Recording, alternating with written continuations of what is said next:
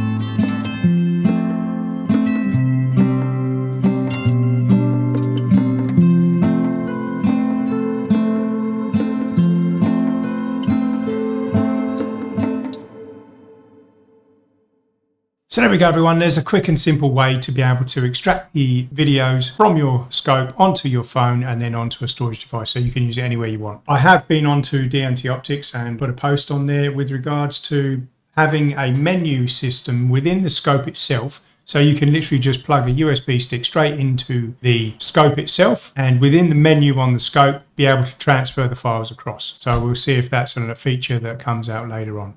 But anyway, if you like our videos, please like and subscribe. And if you haven't already, then please come over to our community at King Great Airguns on Facebook. Thanks very much. Take care. Shoot straight. Ciao for now.